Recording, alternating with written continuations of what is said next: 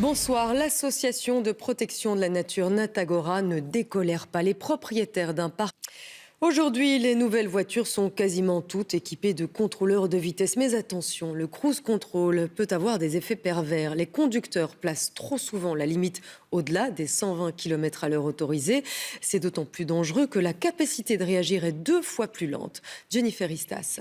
Le magasin de périculture vient d'être déclaré en faillite à Nu. Jusque-là, rien de très surprenant, mais la conséquence l'est beaucoup. Millions, c'est la somme que compte récupérer le ministre wallon. Mois des élections communales. Les inscriptions sont ouvertes pour les électeurs étrangers résidents. Quelles sont les modalités pratiques pour voter quand on n'est pas belge? Reste à savoir si les élections communales intéressent les étrangers résidents en Belgique.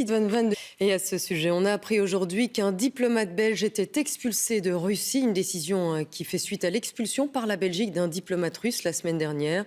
Et que regrette notre ministre des Affaires étrangères? À Stockholm, 14 personnes ont été blessées suite à un... Pas de tout repos, la vie d'ambassadeur. L'émission Question à la Une s'est plongée dans le quotidien de 2 diplomates belges, l'ambassadeur au Royaume-Uni et l'ambassadeur belge en Jordanie et en Irak. De réception en réunion, reportage de Jean Polens, Jean-Marc Virzet et Sébastien Joris. À quoi servent nos ambassadeurs? Question à la Une, c'est ce soir à 20h15, immersion en Irak, en Jordanie et au Royaume-Uni.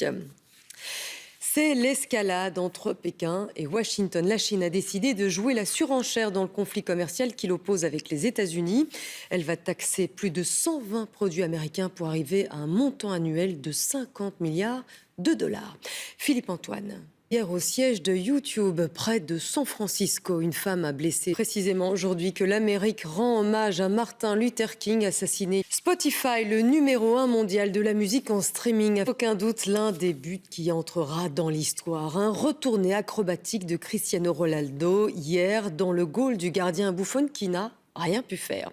Même Zidane en est resté bouche bée. Pierre Deprez.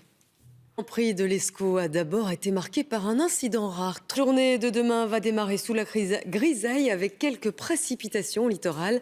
Ensuite, de larges éclaircies prendront le relais. Les températures seront comprises entre 7 et 11 degrés. Prochain rendez-vous de l'information, Views à 22h30 sur la 2 en radio. L'invité de Matin Première sera Brian Neubert, porte-parole francophone du département d'État américain. Il sera question de la politique étrangère des États-Unis. D'ici là, continuez à vous informer sur notre site internet et sur Ovio, bien sûr. Voilà, c'est la fin de cette édition. Merci à vous de nous avoir suivis. Excellente soirée à toutes et à tous et à demain, 19h30.